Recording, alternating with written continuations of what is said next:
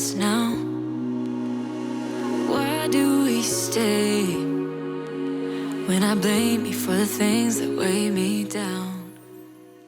Hey guys, okay, so in today's video, it's something a little bit more practical. So I have came to my friend's house here in Malibu because I'm about to shoot some content, which is probably gonna last me for a good month. And the reason I've came here is two things. Firstly, it's a lot easier to shoot content when you have support. And in this video, I'm gonna show you how to do it with friends that are willing to help you and how to do it on your own. And also because they have a bit more of a professional setup, which I'll take you through and just explain what they've got. But I thought I'd just bring you on the journey with me and show you what it looks like to batch create a month's worth of content in just a couple of hours. So let's go. Okay, so before I bring you behind the scenes, I want to explain the process a little bit because a lot of people don't know this, but there's actually a really big difference between a brand shoot and a content shoot. So what do I mean by that? A brand shoot is when you go in there with a lot of intention, you're doing things for your magazines or your website or specific ads. So you're going in there for very, very specific things. So you might spend a lot more time doing your hair and makeup. You might have a more formal wear, and you really want to do a lot of shots in one outfit so that you have lots of variations for things. Whereas a content shoot's a little bit different. So content you might be using across social, might also still be on your website, blog, anything like that, but you're more likely to be using this as content. So it's fast-paced, lots of different outfits. You want as many different scenes and stories as possible. And so I'll typically do a brand shoot maybe once a year, if that, where I get dressed up and I'm planning on redoing the website or redoing podcast covers or ads, things like that, things where I want to look a bit more formal. I typically don't do that a ton. Content shoots, however, I do a lot more frequently because I want to make sure that I've got content in the bank to be posting consistently on social media. You guys know I'm a big fan of posting consistently on Instagram, and the best way to do that is being prepared. Now, I don't know about you, but I certainly don't feel like getting up every single day and taking a picture of myself. Most of the time, I am not in hair and makeup and I'm in sweats, and I'm not really looking camera ready, and I'm not in that mood to be taking pictures. So what I'm about to share with you is going to take all of that headache away. It's going to take the post paralysis away and ensure that you've always got content that you can work with. So with a content shoot, what I will first do is really sit and think about what's coming up in the next month. So what do I need content for? And if you want to write this down, if you can get really granular about what stories you want to tell, that's also really powerful. So just for example, let's say this month I'm traveling.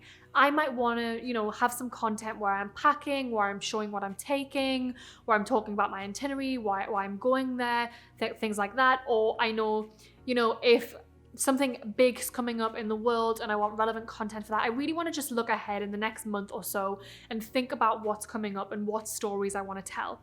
And then using that, I'll start to map out a shot list.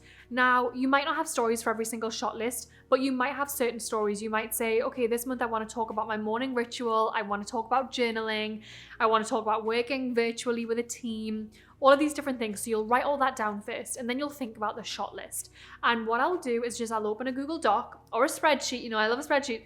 Open that and just go through and number things. 1, picture of me with coffee. 2, picture of me with journal. I'll go through, map them out, and I'll just brainstorm. And I'll probably, if it's a month's worth of content, end up with 30 shots. And then what I'll do is I'll go back through that shot list and I'll think about what I want to wear. So my biggest pet peeve is when people are really unprepared and show up to a shoot with not really thinking through what they're going to wear or how it's going to pan out. Because what happens is you spend so long in chaos and panic mode that you aren't able to really get content. And if you're relying on someone to take pictures for you, that person's really relying on you to be just efficient, quick, and knowing what you're doing. So I like to go through my shot list and I'll think about the outfits I'm going to wear, and I'll think about if I can double outfits up. So maybe I wear the same outfit for morning coffee ritual and morning journaling, different things like that. I'll map out all my outfits, and then from there, I'll go and create an outfit list. Everything that I know I need to pull for that day. Then if it's relevant, I'll create a location list. So I'll map out on that shot list where the location's gonna be. So once I've got all of that in my doc or spreadsheet, I'm gonna head to Pinterest. And I love to use Pinterest for inspiration for images. So if I've got a shot list and I know morning coffee, I might type into Pinterest morning coffee, and I'll see if any pictures pop up that I really, really like and resonate with, and I'll save them and I'll add them to that shot list so that we've got a bit of a start. We know what we're working with, because I don't know about you, but I'm no model, and it certainly doesn't come naturally to me to be posing in front of the camera. And yes, you'll pick it up with practice, but if you can take inspo from someone who is maybe a little bit better at it, then I think that's really helpful. And a little hack is, you know, when you're scrolling through Instagram, if you see an image that really resonates with you, just hit the save button and save them all in Instagram. And when it comes to doing your next shoot, you've got all that content there. So that's how I really get started with a content shoot. And then I'll either ask a friend if they want to hop in and do it with me, and we'll take pictures of each other that day, or I'll do it myself. I'll use the good old self timer and I'll figure it out. So there's so many ways you can do this. And what I thought would be fun is I'll bring you behind the scenes of my day now, and I'll explain a few of the different sets, things that we're doing, and all those little secrets. So keep watching if you want to see behind the scenes. Okay, so I'm just trying on a few different outfits. Like I said, I've got everything planned. It is way more organized than it looks right now, but I'm going to try a few things on, and then I'm just going to try and blast through and get as much content I can do in a short period of time. You talk about faith.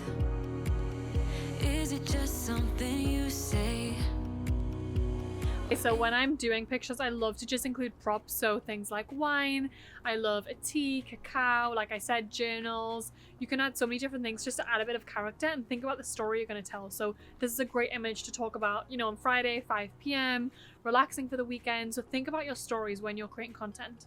Okay, it's very cliche, but who doesn't love a wine in the sunset? 'Cause in the echo of your silence, I only hear what's best for me. Yeah, in the echo of your silence, I'm thinking more of her. Okay, so just finished shooting, and I don't normally do more professional kind of pictures, but I needed some new headshots. And so would you believe this whole setup, it looks so professional. It cost like $150. And I'm going to explain how you can do this more at the end. But we've just wrapped in the house. I'm going to head down to Malibu Country Mart now to do a bit more lifestyle-y stuff away from the formal. And then at the end, I'll share just a bit more of the kind of detailing, the lights, all that. And for the final part of the day, we started in the house. We got like 5 scenes in the house. Now we are here outside. Now, I love to shoot around 5-6 p.m. because you get golden hour, you get a really, really nice light. It's not too bright. So we're going to probably do another 5 shots here. And that means I'm coming away with a lot of content in 2 hours, which is great.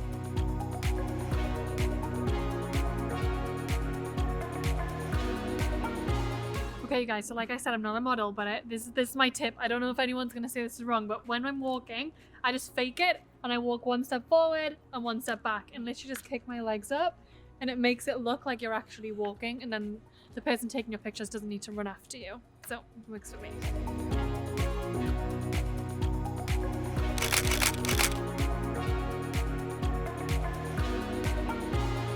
Okay, so we just wrapped for the day. I got so much content done. I think in total I've done like 13 outfits and probably like 5 good shots in each outfit. I've done a bunch of reels. So just spending a couple of hours doing this on a Saturday has meant that I'm going to have so much content. I've also got reels. I've got fun things to play with, and it's going to save me so much time, get rid of all that post paralysis. So if you're interested in learning more about how we're doing content, I am going to work on something like some kind of training where I'm going to put together different pieces of equipment that I use and all of that kind of stuff. So if you're interested, let me know. Let me know in the comments below, and I'm going to pull that together in the next couple of months. It has been so much fun making this video for you guys, and actually just bringing you behind the scenes of something I'd be doing anyway. If this is the kind of content that you like, let me know, because I will happily do more of it. So make sure you like and subscribe to my channel, and let me know in the comments below what you liked about it and what you want to see more of. Who wants to study your body?